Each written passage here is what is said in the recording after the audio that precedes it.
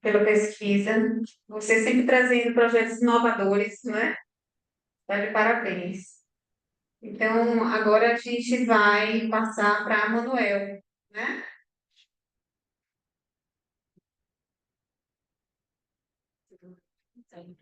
Então, Manuel, ele possui graduação em Arquitetura e Urbanismo pela UFBA, especialização em Iluminação e Design de Interiores e IPOG, né? E mestrado pela UFBA. Atua como docente na Universidade de Salvador, na Cimatec, e faz parte do quadro de pesquisadores do GEAOSC.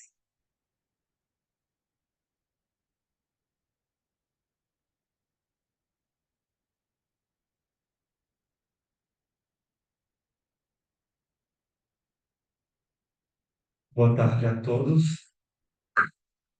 Bom, quero começar falando que eu estou muito feliz aqui no grupo de pesquisa, mais um ano em apresentação, tá bom? O trabalho que eu estou trazendo para vocês aqui, ele se chama Desenho Urbano, Trânsito e Saúde em Salvador. Então, eu vou pedir a licença para vocês, para pedir para vocês calibrarem. Melhorou? Um, dois, três. Pedir para vocês calibrarem o olhar de vocês, no sentido de que os trabalhos até agora eles estavam versando mais na escala da edificação. Aí teve o de Amélia, teve o de Doris, que já entrou no parque, então agora a gente já vai entrar na escala urbana, em termos de análise, tá bom? E vamos nessa. Aqui no GEOSP eu estudo a saúde em escala urbana, não é? Então vamos começar com o tema desenho urbano, trânsito e saúde. Bora criar uma imagem do tema na cabeça de vocês, para vocês poderem pensar até nas próximas perguntas. Então, eu trago inicialmente, nesse primeiro painel, o desenho urbano, a importância do desenho urbano, e trago duas escolas super importantes, relevantes na atualidade. Eu trago Yangel, Cidade para as Pessoas, e trago Carlos Moreno, a Cidade de 15 Minutos. Então, no caso Yangel, ele reforça que as localidades elas precisam ter vitalidade, elas precisam ser seguras, sustentáveis, e que a paisagem urbana ela tem que ser pensada e experienciada através dos sentidos humanos, não é? Ou seja, o pensar o urbanismo tem que ser, é importante que seja na escala do homem. E Carlos Moreno, com a sua ideia da cidade de 5, 15 minutos, ele traz de que o metro quadrado urbano, eu estou, melhorou? Opa, acho que aqui agora não está cortando minha cabeça. O metro quadrado urbano da cidade, ele tem que ser dinâmico, ele tem que fornecer atividades, serviços dos mais diversos para o homem. Desse jeito, a gente acaba evitando deslocamentos frequentes. E se a gente for pensar esses dois princípios, tanto o de Angel quanto o de Carlos Moreno, se a gente pensar a cidade na escala do homem, a gente não vai sobrecarregar o sistema de transporte em algumas situações para alguns deslocamentos que são muito frequentes no nosso dia a dia. Daí tá a gente fixar o pensamento urbano desde a raiz, de maneira integrada e na escala do homem. Aqui é um cartaz, aproveitando que hoje, daqui a pouco, está tendo a abertura das Olimpíadas, trago para vocês o cartaz de Paris, um quarto de hora, que é um desdobramento dos estudos de Carlos Moreno, da cidade de 15 minutos.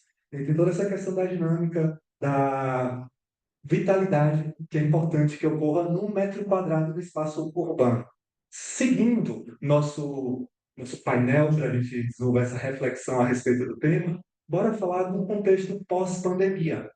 Vivemos uma pandemia grave, não é a pandemia de 2019, que assustou o mundo, assustou a todos. Ela passou, graças a Deus, só que durante a pandemia, durante o processo de isolamento social, a velocidade de urbanização ela reduziu.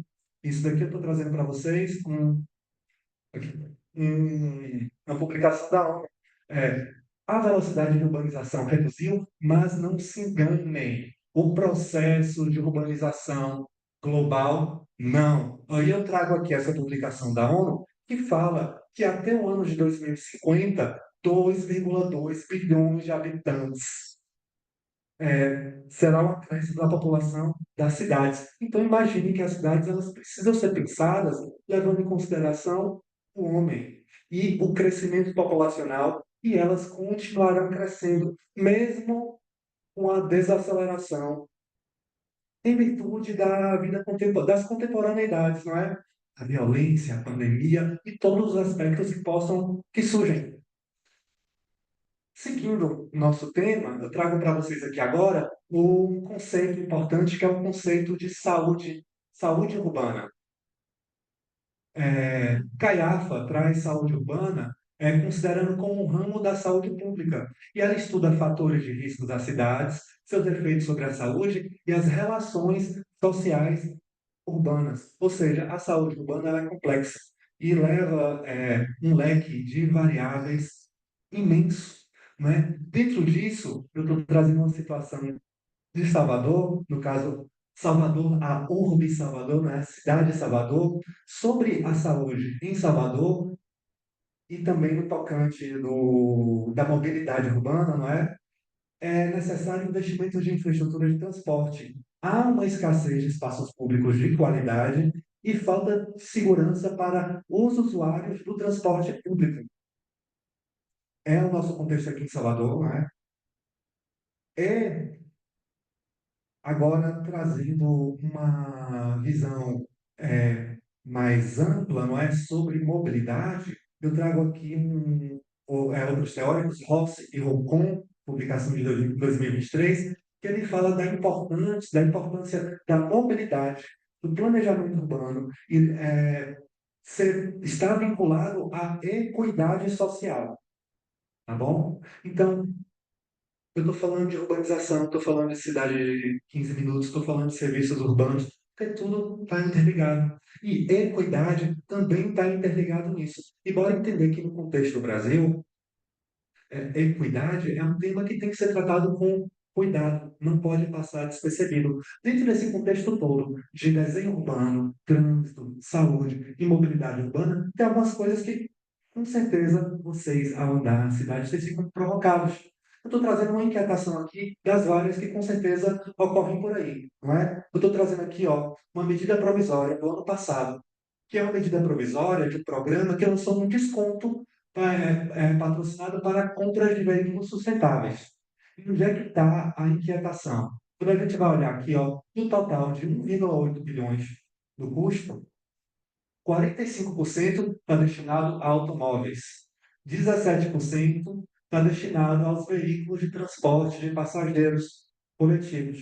E aí, se a gente avançar aqui, ó, em outra pesquisa Brasil, não é? A gente tem o estudo de mobilidade urbana de 2022, ele pontua que 55% das pessoas das classes C, D, E não possuem veículos individuais. E aí, esse mesmo estudo tem esse gráfico que eu acho super interessante, que são os meios de transporte mais utilizados no dia a dia. E está bem claro aqui, ó, 50% dos meios de transporte mais utilizados no dia a dia é ônibus. 22% é o transporte a pé, não é? Afinal de contas, muita gente não tem dinheiro para pagar passagem de ônibus e acaba se deslocando a pé. Essa é uma das realidades das grandes capitais brasileiras também. 11% metrô, 3% vans, 5% bondes. Assim, se vocês forem somar ônibus, a pé, metrô, vai bater próximo dos 90%.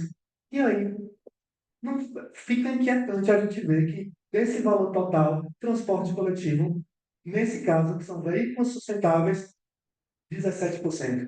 Vocês entenderam onde é que está a questão da equidade? Então a gente tem que mudar, porque assim, não é só o ato de falar, a gestão fez isso. Isso é uma questão, isso é um aspecto cultural, gente. É como a gente pensa, é como a gente cobra, como a gente vive. E isso se desdobra em como a nossa sociedade acontece. Dando sequência aqui, só para fechar esse painel do tema, não é? Eu trago aqui para vocês conceito de violência no trânsito da Organização Mundial da Saúde. Para a Organização Mundial da Saúde, qualquer evento de trânsito que resulte em morte ou ferimentos graves é violência do trânsito. E aí vale a pena destacar isso daqui, ó. A cada ano, 1,35 milhões, vou repetir, milhões de pessoas morrem em acidentes de trânsito. Gente, esses números são números de pandemia, para vocês entenderem o quanto é importante esse assunto. Eu diria que é grave, o mais grave é que isso passa despercebido de maneira geral na nossa sociedade, porque não se dá o real valor para esses números que são assustadores. Para fechar esse tema aqui embaixo eu trago para vocês um estudo que eu fiz rápido, bibliométrico, do tema. Né? Eu coloquei no portal Google Acadêmico as palavras espaço urbano agressivo.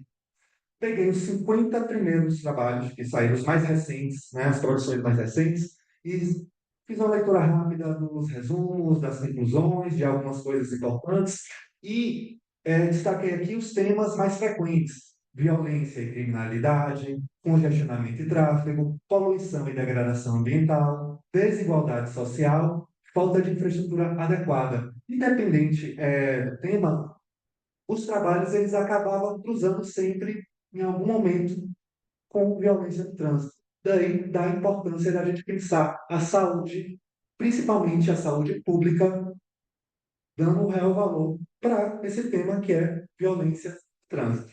Tá bom? Dando andamento aqui, nossa justificativa, bora entender que a saúde ela está relacionada ao modo de vida das pessoas que habitam as cidades, não é?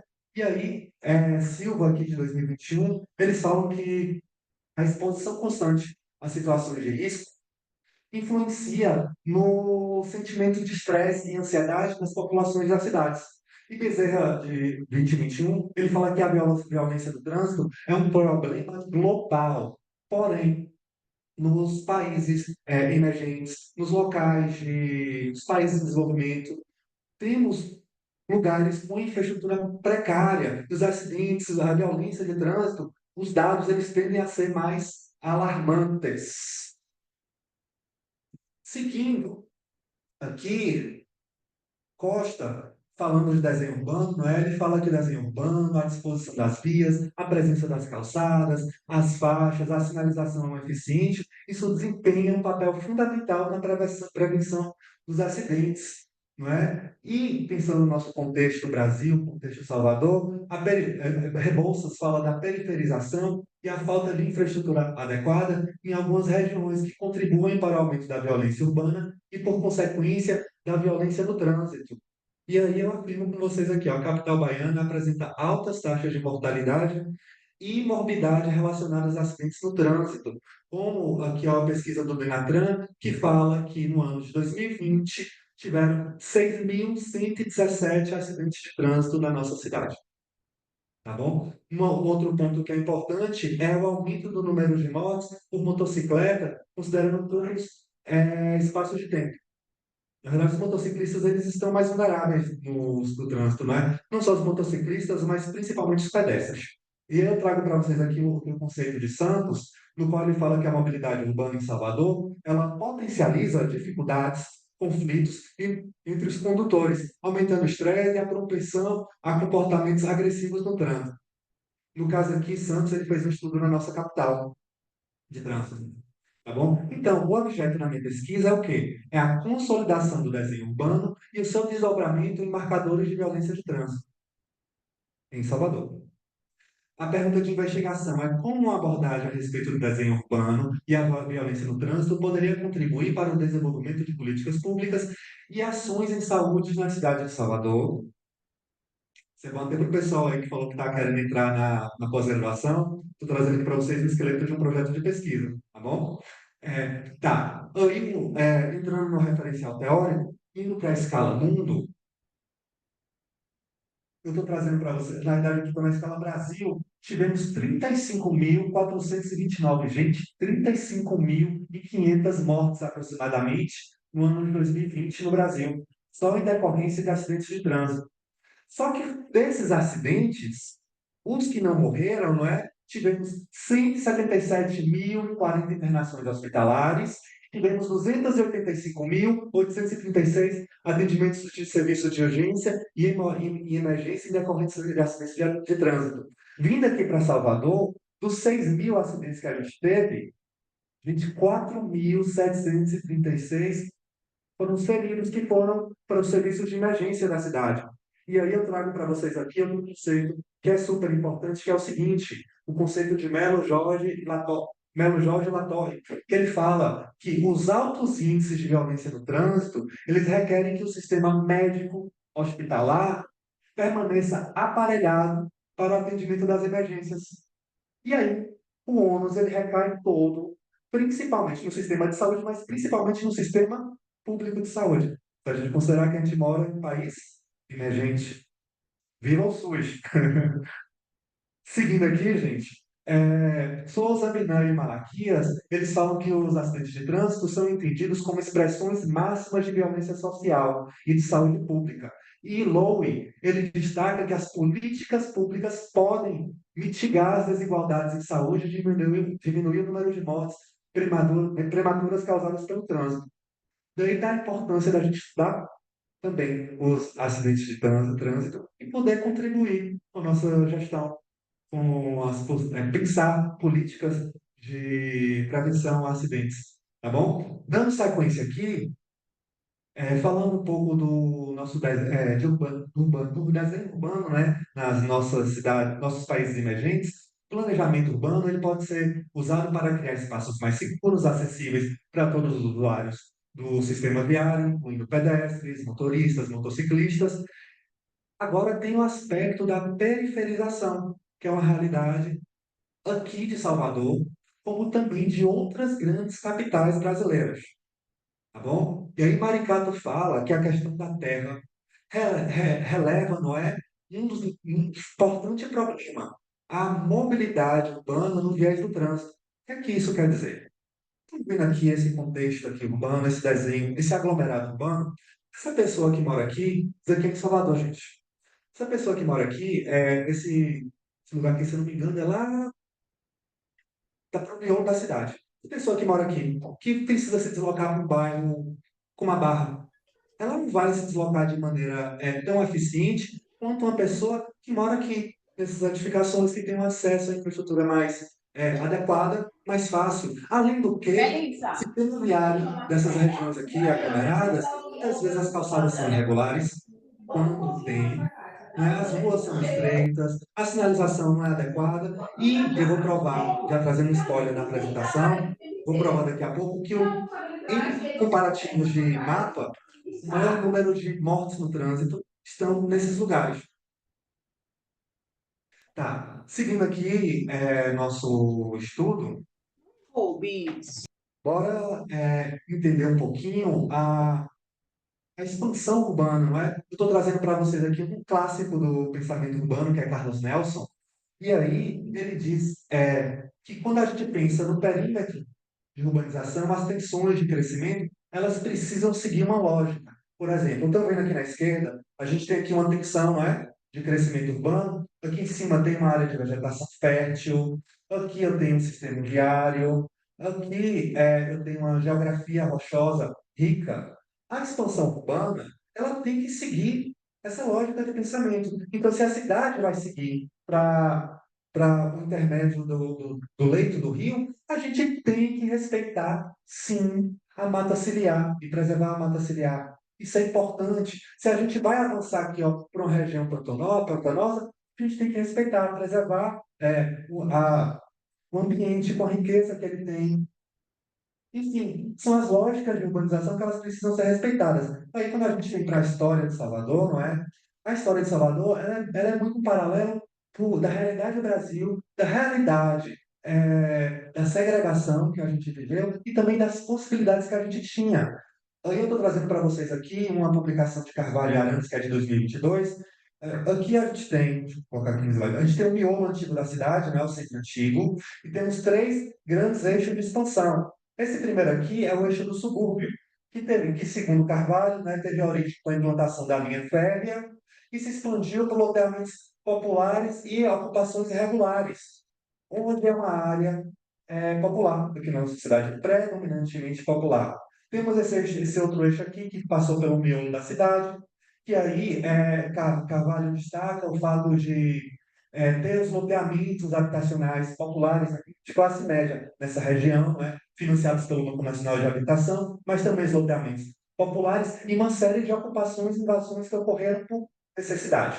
E aqui a gente tem outro eixo, que é o eixo da Orla Atlântica, que cresceu em paralelo à nossa avenida paralela, mas assim, é um eixo importante que a gente tem aqui uma ocupação que é predominante. E se comparar com os outros, ela é mais regular, né?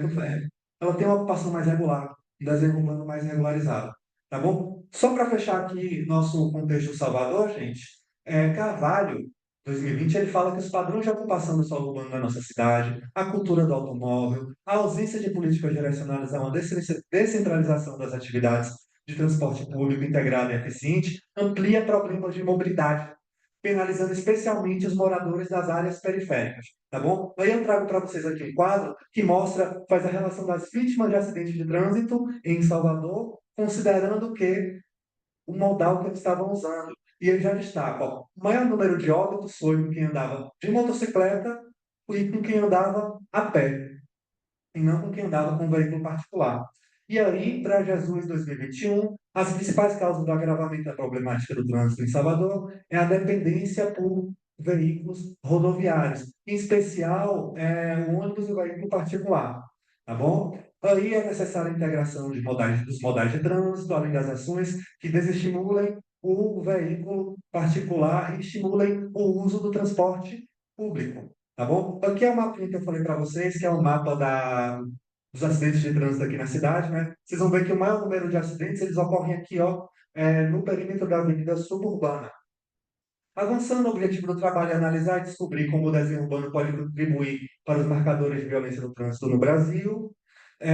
Objetivos secundários é compreender as relações entre desenho urbano, saúde urbana e espaço hostil, conhecer as violências e as políticas públicas brasileiras vinculadas a incidentes no trânsito, investigar e compreender as relações entre espaço urbano e violência no trânsito na cidade de Salvador contemporânea, compreender, mapear e analisar os indicadores de violência no trânsito em Salvador. E aqui é um quadro metodológico, um resumo da pesquisa. Aí, a depender do objetivo específico, da hipótese, eu já trago as técnicas, a estratégia metodológica para cada quadro, tá bom? Aí, por exemplo, compreender as relações entre espaço e desenho urbano, bibliográfica e documental, aí as fontes, e a sistematização, resenhas, fechamentos, enfim. Aqui é um resumo metodológico da pesquisa para vocês. E seria isso, gente. Obrigado pela atenção e pelo espaço.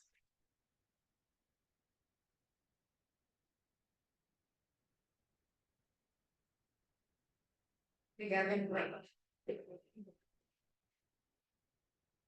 Obrigada, Manuel. Nós vamos chamar agora o professor